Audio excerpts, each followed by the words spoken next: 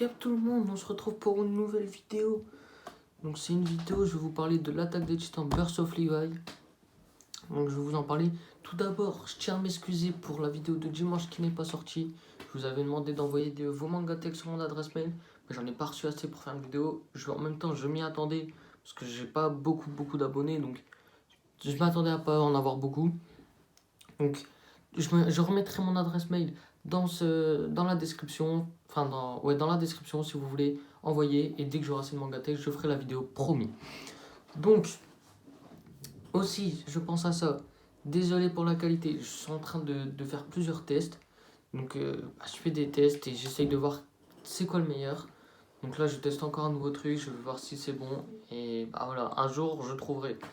Donc voilà, je tiens à m'excuser pour ça aussi. Donc parlons du manga. Donc je vais vous en parler un peu.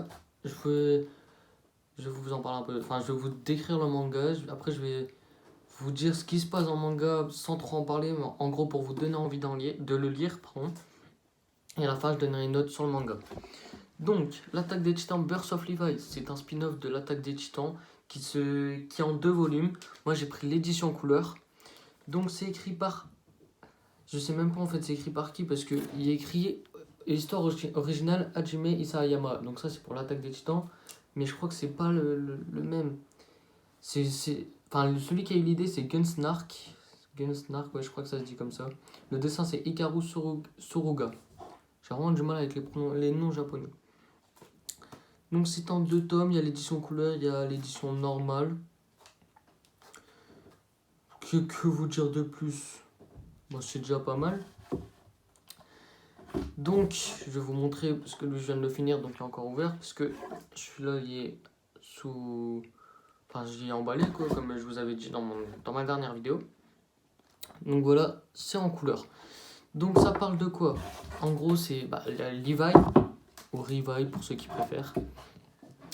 Il y a eu un zoom ou c'est moi? Bon, c'est pas grave. Levi qui vit dans les bas-fonds de l'enceinte, je sais même plus c'est quelle ville, il vit dans les bas-fonds entre les murs. Donc en gros c'est une ville sous la ville, si vous préférez, sous terre. Et il y a 2 amis, Isabelle et je sais même plus le nom du troisième à chaque fois. J'oublie son nom. Je vais essayer de retrouver vite fait. C'est Furland, je crois. Ouais, bon, je crois que c'est ça. Donc ces 2 amis, Isabelle et Furland, qui vivent dans les bas-fonds, et un jour, des soldats du bataillon d'exploration vont les poursuivre, et c'est Erwin, et en gros ils vont lui dire rejoins notre comment ça s'appelle, rejoins notre bataillon pour nous aider, tu as un bon talent et tout. Donc en gros il va rejoindre le bataillon, et on va voir qu'en fait il rejoint le bataillon parce qu'il y a une mission. Je vais pas vous dire c'est quoi, comme ça voilà, vous aurez envie d'aller lire pour savoir c'est quoi la mission. Mais il rejoint le bataillon parce qu'il y a une mission, sauf que il se passe des trucs. On va voir les débuts dans le bataillon, ce qui se passe. On va voir un peu aussi dans son bas-fond, dans le bas-fond de sa vie d'avant, ce qu'il faisait. Et ensuite, ils vont partir pour une exploration. Et ça, en fait, c'est super bien développé, franchement, pour en 2 tomes, c'est super bien développé. Et j'ai super adoré. On en apprend plus sur Levi, on apprend pourquoi il est devenu comme ça, pourquoi il est comme ça, quoi. Et comment dire, en fait c'est en 2 tomes, donc je peux pas trop vous en dire parce que sinon c'est carrément vous raconter l'histoire, mais allez le lire. On voit en fait comment il est devenu tout simplement Levi. C'est super intéressant. Moi ce que j'aime bien aussi dans le manga, je vais vous montrer dans le tome 2, je vais essayer de retrouver, c'est que voilà, on a des images comme ça qui n'ont rien à voir avec l'histoire, mais elles sont super belles, je trouve. Là on les voit sur les murs, et à aucun moment ils ont été sur les murs, vous voyez. Donc c'est des belles images. Et aussi ce qu'il y a d'intéressant, c'est qu'on a des épisodes spéciaux. Désolé s'il y a du bruit, c'est mon père. On a des épisodes spéciaux.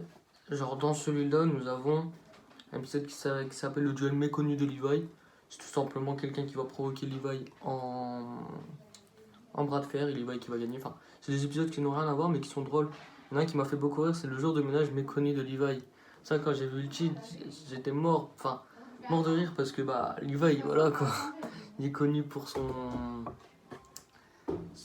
comment dire, je sais pas comment dire, mais il est ultra il aime pas avoir de la poussière tout simplement. Je vais faire une coupure, je vous retrouve tout de suite parce qu'il y a beaucoup de bruit je pense. Donc je vous retrouve tout de suite. Donc du coup, on se retrouve. Désolé pour la coupure, il y avait vraiment beaucoup de bruit je trouve. Donc on se retrouve, je pense avoir fait un peu le tour parce que comme je vous ai dit, je peux pas trop vous en parler sinon ça va beaucoup, bah, ça va être que du spoil en fait parce que c'est en 2 tomes donc il se passe pas beaucoup de trucs. Mais pour un manga en 2 tomes, enfin un spin-off en 2 tomes, c'est super bien développé. Franchement, on en apprend beaucoup sur Levi et c'est le but du manga. Donc comme note, je lui donnerai 8 sur 10. Pas sur 20, 8 sur 10. Pourquoi? Alors tout d'abord, on va commencer par les points positifs, je pense. Il est très bien développé. C'est-à-dire que c'est réfléchi. C'est pas fait comme ça à la va-vite juste pour dire bah, c'est un spin-off, Levi il est beaucoup aimé, on va lui faire un spin-off, voilà. C'est réfléchi. On apprend un peu plus que c'est les bas-fonds, parce qu'on en entend parler, excusez-moi, dans le manga, mais pas tant que ça, on sait pas trop. On en apprend un peu plus sur les bas-fonds, j'ai du mal à parler. On comprend aussi comment Levi est devenu ce personnage, pourquoi il est dans le bataillon, pourquoi il se voue tant à protéger Erwin, parce que c'est un peu Erwin qui l'a fait changer, clairement. Il y a aussi une partie triste dans le manga. Franchement, j'en ai eu des frissons dans le tome 2. Si vous allez l'acheter pour le lire, vous comprendrez pourquoi. Il y a une partie triste et c'est ça aussi qui m'a fait accrocher le manga. Par contre, le point négatif, c'est les dessins, je trouve. Je vais essayer de vous retrouver une planche qui m'a pas trop plu. C'est que les dessins, les scènes de combat, excusez-moi pour le bruit, hein. Les scènes de combat en dessin, j'ai vraiment du mal. Donc je vais essayer de vous retrouver. Voilà, on va essayer de montrer celle-là. Regardez, hop, je vais me mettre là. Enfin franchement, après c'est peut-être la couleur qui fait ça. Mais les dessins, j'ai vraiment du mal. Après l'attaque des titans en général, les dessins ils sont... On sait que c'est pas le meilleur dessin, quoi, que c'est pas reconnu pour ça. Mais bon, donc je lui donne une note de 8 sur 10. Je le recommande à tout le monde. Si vous avez adoré l'attaque des titans, si vous êtes un très grand fan de Levi, achetez-le, que ce soit en édition couleur, en édition normale.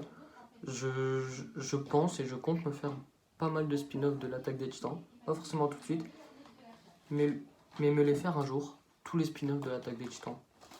Parce que c'est vraiment un manga auquel j'ai accroché. Donc hop, le tome 2, je le remets dans la couverture. Pour le protéger, on va le faire ensemble. Et voilà, il est reprotégé. Donc, c'est fini pour la vidéo sur Birth of Levi. Je vais continuer, mais je vous le recommande si vous kiffez l'attaque des titans et tout. Je vous le recommande. Ça se finit en 2 tomes sur l'édition Pika. Donc voilà, j'ai rien à rajouter. On va se retrouver maintenant dimanche pour une nouvelle vidéo à 18 h aussi. Et je vais vous parler de Your Name, donc ça sera le même concept. Je vais vous parler de Your Name parce que j'aurai fini le manga dimanche. Donc je vous en parlerai. D'ailleurs, dites-moi dans les commentaires si ce nouveau concept vous plaît, que je vous parle des mangas que j'ai fini, que je donne une note. Parce que j'aimerais bien faire ça pour Erase et Death Note. Mais ça fait longtemps que je les ai lus, donc je devrais me les relire. Donc on verra ça. Pour l'attaque des titans, j'ai fini. Enfin, j'ai rattrapé, mais il reste 2 tomes. Le tome 33 qui sort le 7 avril et le tome 34 qui sort le 7 juillet, je crois. Donc je vous le ferai dès que j'aurai fini l'attaque des titans, je vous ferai cette vidéo. Donc voilà, dimanche 18 h, vidéo sur Your Name. On se retrouve pas dimanche et moi je vous dis à la prochaine. Ciao ciao.